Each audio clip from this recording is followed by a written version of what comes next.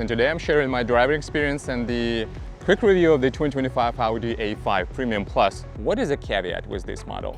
A5, which looks like A4, it's trying to be techy, it's trying to be modern, E888. It's cast iron black, aluminum head, it is 2-liter point. The materials, a lot of cheap plastic here, just normal everyday acceleration. This is S-tronic, Audi S-tronic, just a blank piece of glossy black plastic, that's about it. It's pretty noisy inside. I have actually more questions about this car than I have answers. Hi everyone and welcome to my channel Roman Rides, and today I'm sharing my driving experience and the quick review of the 2025 Audi A5 Premium Plus. We'll compare this with its rivals in class, BMW 3 Series and Mercedes-Benz C-Class, as well as a few other competitors. We'll see how much it costs, how it rides, and whether it's worth that chunk of money that Audi is asking for. Let's go. All right, 2025 Audi A5. The caveat here, you may ask, actually, I would ask you, what is a caveat with this model? Like, take a look. Just take a look attentively. Just attentively. A5, which looks like A4, but has the same hatch as A5 Sportback from the previous B9 Gen. So this is the new 2025 Audi A5, and because of this strange naming conventions, Audi decided to assign odd numbers to gas-powered cars, and even numbers to electric cars like A4, e-tron, A6, e-tron, and so on and so forth. And from what I remember, Audi actually dismissed that idea, but the problem is that all these cars actually have been already produced and are currently being manufactured with that numbers. But regardless of that, of naming conventions, what I'm trying to say is that the new A5 is based on the new platform. The looks of this vehicle is obviously a controversial question, I would say. But this is the mix, literally they mixed A4 body, which is sedan, a regular mid-size sedan. I mean, relatively large compared to American standards, I would say. But they added the hatch area from the A5 Sportback from the previous generation. So basically you have the liftback, which looks completely like a regular sedan. So they stretched the wheelbase. The car got longer in this generation. It's got wider, and they stretched the wheelbase, as well as the front and rear tracks. And also the car has got higher off the ground. So this is a regular A5, not S5, which you should have watched on my channel, if I'm not mistaken. It's either already there in my YouTube channel or I will upload it later. But again, I have already tested the S5, the new generation in the same body S5, and now I'm testing the regular A5 TFSI Quattro. They all come standard with Quattro for 2025, and this is 2-liter turbocharged inline-4 engine producing 268 horsepower. But before we step into that area of the technical specs, I'd like to show you the vehicle itself. My humble and personal opinion, obviously to each their own, I'd like to say that this vehicle doesn't look as good as the previous generation Audi. The previous generation was super edgy, some of the parts of the body of the car, they were looking really good, especially considering the proportions of the body and all that stuff, some of the jagged angles of the car. This generation looks, I don't know how to say that, a bit boring to me personally. The new light bar, so it's trying to be techy, it's trying to be modern, like up to date, but at the same time, it looks very subdued. So this is probably the right word to describe this vehicle. Very subdued and less attractive for Audi people, especially. Maybe if you're not a big Audi fan, maybe just a regular person looking for something like a sporty sedan with a very nicely equipped cabin and the hatch area from the liftback, probably this is for you.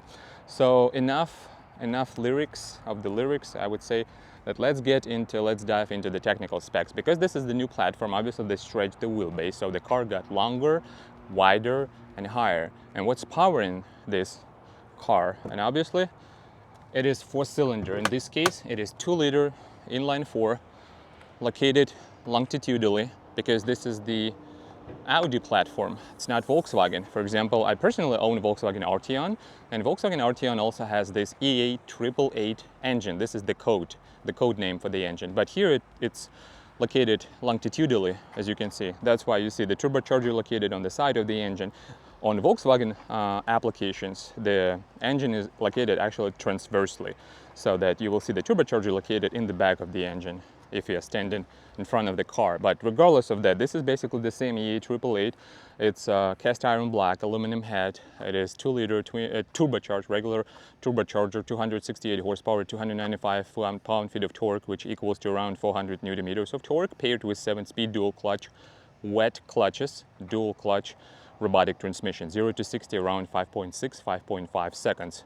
If you do like 2-pedal, like kind of launch control start, which this car doesn't have, if I'm not mistaken. So 2 hood struts, obviously, and that's pretty much it, guys. On the bright side of that, compared to BMW 3 Series, for example, this has got a double wishbone front suspension, similarly to the previous generation.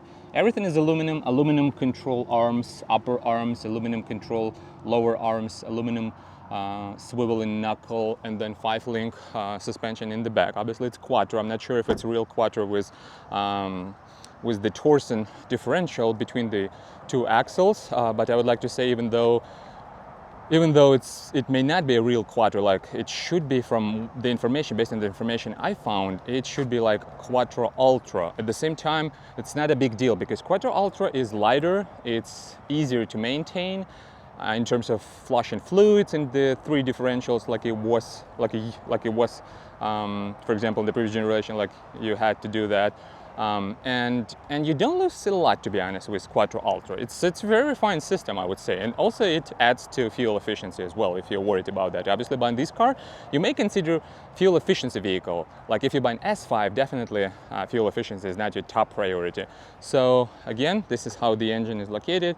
Your expansion tank for the coolant is there, air box, air filter is here, and obviously Audi recommends SAE for direct injection engines, 0W20, which is very watery oil, I would say, but if you're doing your oil changes every 45, 50, 100 miles, I think you should be good.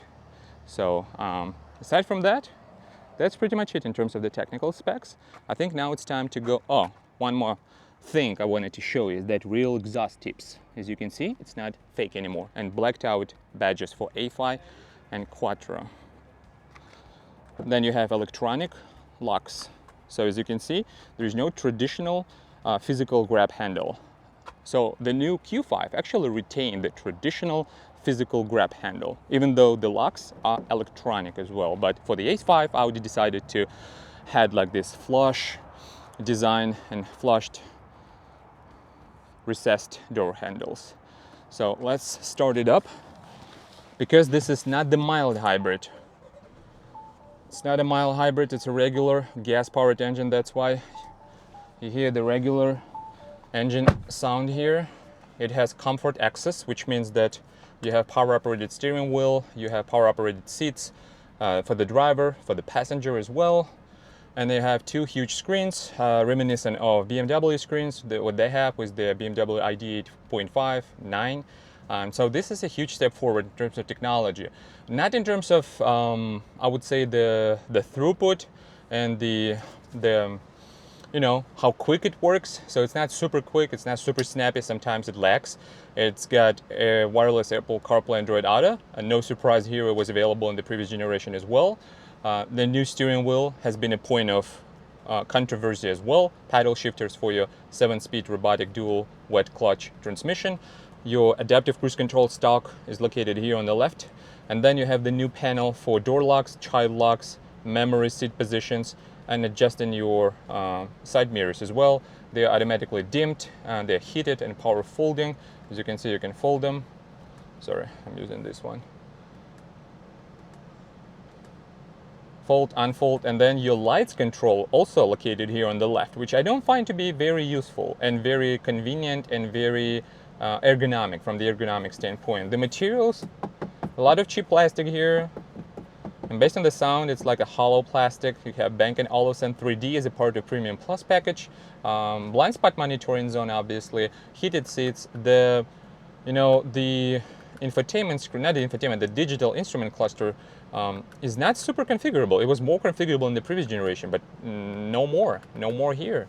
I don't know why, but Audi decided to switch gears and provide some very static display. Yes, the graphic is better, the heads-up graphics is definitely better, road signs, recognition, all that stuff. It looks good, it looks better than before, so it's more sophisticated, more colors available. You have ambient lighting that you can go to your vehicle settings, go to lights, and then you can change the interior lighting, and you can choose from like a few different lights here, as you can see.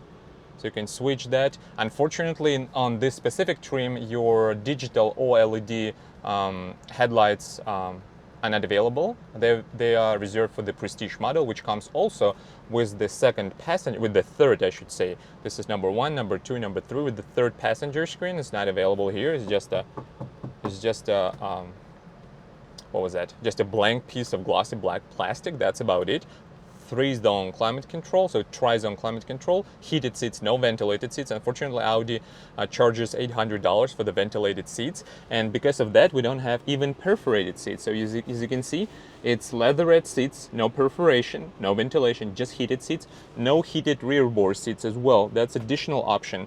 It's so-called warm weather or warm climate package. You have, which if you buy that package, you will have perforated seats with ventilation, with heated rear board seats.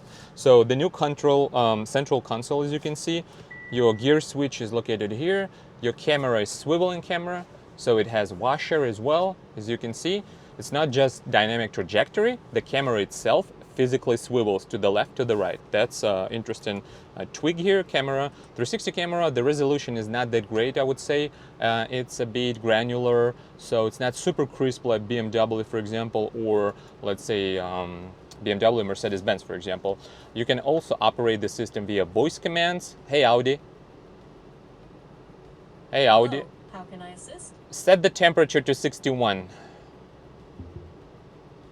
I am setting the temperature to 61 degrees Fahrenheit. And because there is no passengers, you can see the temperature gauge for the passenger is grayed out. It's inactive now. It's only for the drivers is active. It says 61. So the voice command has worked just fine. Sometimes it doesn't work, sometimes it works. A lot of glossy black plastic, wireless charger, 2 USB Type-Cs, physical knob for switching tracks, syncing tracks, and volume control, 2 cup holders, and then adjustable central armrest with a small cubby, and it's adjustable depending on how high you want it to be adjusted. Sometimes it doesn't go up and it's stuck there in the lowest position.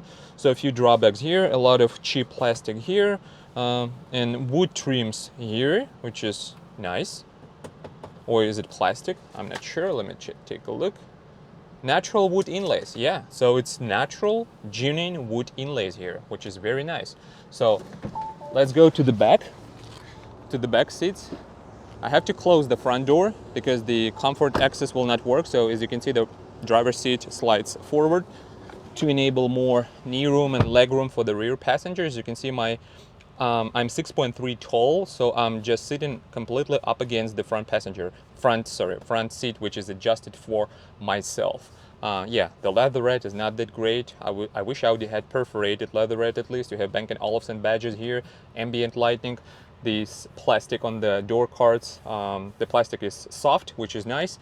You have AC vents, you have third climate control zone, and you have central armrest with 2 cup holders. And what you also have, the fixed panoramic glass, but you can actually, it is electrochromatic glass, so it can be, so it's translucent, as you can see. So you can change how transparent it's currently being, or you can make it less transparent, as you can see. So it's electrochromatic feature. Looks nice, but it's a bit gimmicky, I would say. And you can adjust how much transparent you want it to be. So all in all, very, very strange feelings about this car, especially the steering wheel. So, how much it cost? How much does it cost? All new 2025 Audi A5 Quattro, base price without any options, any packages, $49,700. The color of this car is Kronos Gray Metallic, $595. Premium Plus package, $3,600. It included adaptive cruise control, bank and Olufsen, park assist, top view camera. So you can put the video on pause and actually check all the options available. For additional $800, you get the wheel package, 19-inch alloy wheels, and all-season run flat tires. Audi guard protection kit, Audi beam rings, destination $1,295, and the total price $56,626. $625. Sorry. The warranty is 4 years, 50,000 miles. So, and it's built in Germany, in Neckarsulm, Germany. Fuel economy 26 combined, 22 city, 31 highway. Now I think it's time to take it for a quick drive and then we'll sum it up. Driving 2025 Audi A5. This is 2-liter turbocharged engine, 4 cylinders. This is E888, same engine used in Volkswagen Arteon before it was discontinued here in the States in 2024 as a 2023 model year. It's quattro all-wheel drive. Audi actually doesn't say whether it's a real quattro or it's a quattro ultra, but nonetheless, both systems, I would say, they're very capable. The difference obviously is huge from a mechanical standpoint, but let's get distracted a bit. So let's carry away from that thoughts about real quattro, not real quattro, and all that stuff. I think people who are buyers, potential buyers for this vehicle, they're looking for a comfort ride, slightly sportier driving experience, slightly sportier, and you know, the brand image, I should say. And I think this is the most important part, because we're not testing S5, which I already tested, and hopefully you watch that on my YouTube channel. And so very, very rough road surfaces here in Wesley Chapel area. So what I'd like to say, first of all, wheel well noise is coming, is very intrusive, I would say. It's super intrusive into the cabin. It makes its way easier than I expected. The engine itself, the firewall, it's quite nicely isolated, I would say. Everything else, the road debris that you drive over and that get floating and flying under the body of the vehicle, and they keep striking the wheel wells, and all that noise is translated directly to the cabin. And this is very unfortunate, because overall, once again, engine is isolated pretty well. Wheel wells are horribly isolated. You hear almost everything. Like you drive over some pebbles, you drive over some other road debris, and you immediately hear that noise. So that's awful. Regular wind buffeting, that's normal, I would say. Nothing too crazy about that. Overall, it's slightly noisier, I would say, than I expected it to be. I have to say that my back is on the passenger seat right now, and it has this metal latches, and so the latches, they hit each other and they produce additional extra sound, but that's not the main reason. So I'm in comfort mode. This is Premium Plus, not the S5, and obviously we don't have adaptive dampers, unfortunately. They are only available on the S5. If you're looking to change the driving characteristics of the vehicle, obviously you're gonna want to buy Audi S5, which is great. Hopefully you watch that video. So just normal everyday acceleration. This is S-Tronic, Audi S-Tronic, which is robotic 7-speed dual clutch transmission, which shifts extremely smoothly. You do not even notice that, but if you can hear that ambient noise, the NVH coming to the cabin when driving over rough surfaces, some potholes, some uneven surfaces, this is what you're gonna notice the first thing you drive. Like if you're talking about just freshly paved asphalt, for example, or concrete, whatever, then you would not notice that. But some worn out asphalt with some potholes and stuff like that, you immediately notice the NVH come into the cabin. The engine itself is isolated pretty well, but I would say under aggressive throttle application, you will hear the noise of the engine coming into the cabin. Under normal circumstances, under normal driving, during like very gradual acceleration, I would say you would not notice that extra sound. So the cabin definitely noisier than in the BMW counterparts. I'm talking about this specific A5, the specific car I'm driving right now. The steering wheel is not the best. I would highly prefer the steering wheel from the previous A5 generation.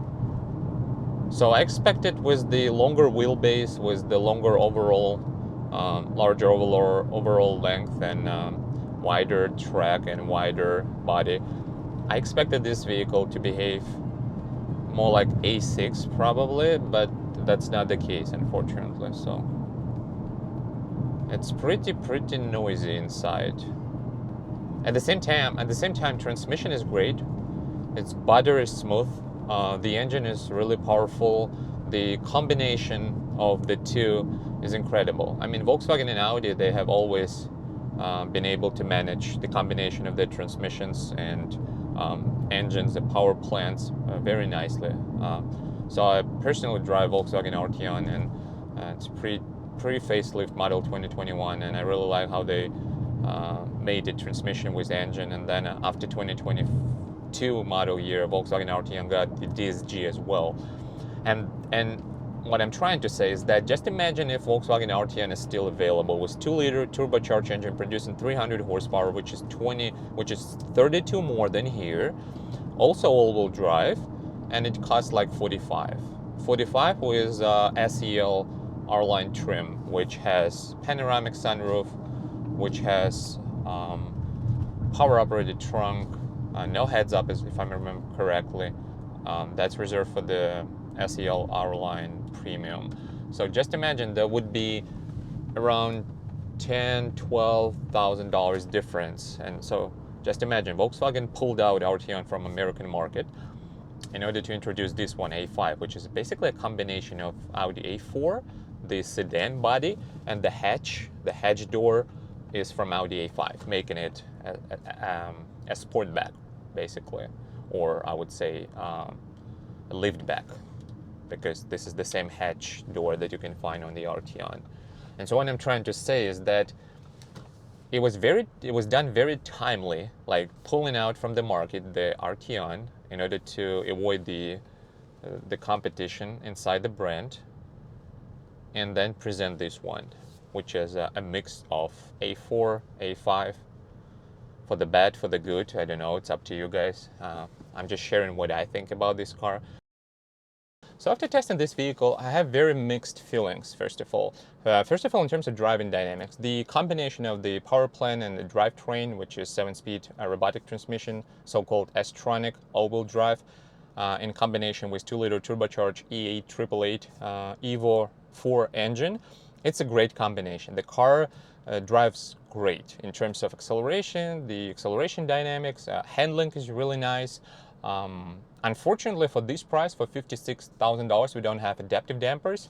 Like if you remember Volkswagen Arteon 2023, 2022, 2021, all the models sold for the American market, they had adaptive dampers. Unfortunately, this feature is no longer available on the A5. I'm not sure about Prestige model, but at least for this one, for 56 grand, you don't have adjustable dampers, which is a bit disappointing to me personally. What else? Then it's super noisy. So as much as I really like and love the combination of the engine and transmission, the overall NVH, the overall noise level in the cabin is too high for me. The wheel wells are not isolated at all. Everything, the debris, the pebbles that you drive over, everything you can hear in the cabin. And even though the cabin itself, it doesn't squeak, doesn't produce any squeak, rattly sounds. So it's a very solid interior. I like the Q5 Prestige. If you take a look at that video, if you watch that, I highly recommend watching that. That car felt very like the whole very solid piece of metal. This one doesn't feel like that, even though they're based on the same platform. So I'm assuming that it really depends what trim level you go with. If you're going with the very basic or something in the middle like this one, then probably you will not be super satisfied with the comfort level in terms of like how quiet this cabin is, which is not quiet, to be honest. So it's a mixed bag between some of the physical buttons, some of the glossy black plastic, which doesn't look expensive. It looks cheap, yes. And then at the same time, we have genuine natural wood inlays. Then we have high-tech infotainment system, which sometimes is laggy. We had a new colorful heads-up display. We have Bang & Olufsen ambient lighting. Who knows why and like what was the reason behind placing this panel on the door panel. I would highly prefer having something here like in the previous generation. So I have actually more questions about this car than I have answers. And so it's up to you guys. Please let me in the comment section, what do you think about this car? I think that it's been rushed to go into production as soon as possible. There are some advantages to this car, like the hatch area, obviously. It is like Audi A5 from the previous generation. Then you have the combination of the standard sedan body of A4 with the practical hatch area. And overall, the design is very subjective, but at the same time, I mean, I think to each of their own, obviously, but I don't think it looks so attractive as the previous generation looked, right? What do you think, guys? Let me know in the comments section. Again, I'm trying to be very unbiased, even though I personally own Audi S5, and you will see that video for the S5, my S5, in the video of testing the Audi S3 2025. So again, huge thanks to Audi of Wesley Chapel for allowing me to test drive this car and make the video about this car. I'm just sharing my humble personal opinion on this car. It doesn't look bad. It just looks, you know, very bland design. It doesn't evoke any, you know, emotions from you like the previous generation with slightly edgier and jagged lines used to do, right? It looks nice, like a very German sedan, but very sterile, right? I wish Audi added some, you know, some bits and pieces to highlight some of the, you know, body shape, lines, whatever. And the engine is great. It's just, you know, the cabin is a bit too noisy. So with that said, let me know, guys, in the comment section, what do you think about this car? I think it's a nice proposition if you really value what Audi has been doing, even though it's a radical departure from standard Audi design, which we have seen for the previous years, right? Again, just my humble opinion, guys. It drives nicely. I wish Audi had more insulation added to the cabin.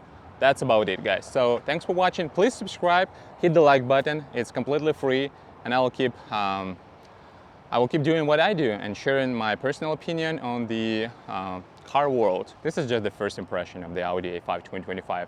Again, thanks for watching, and see you next time. Bye.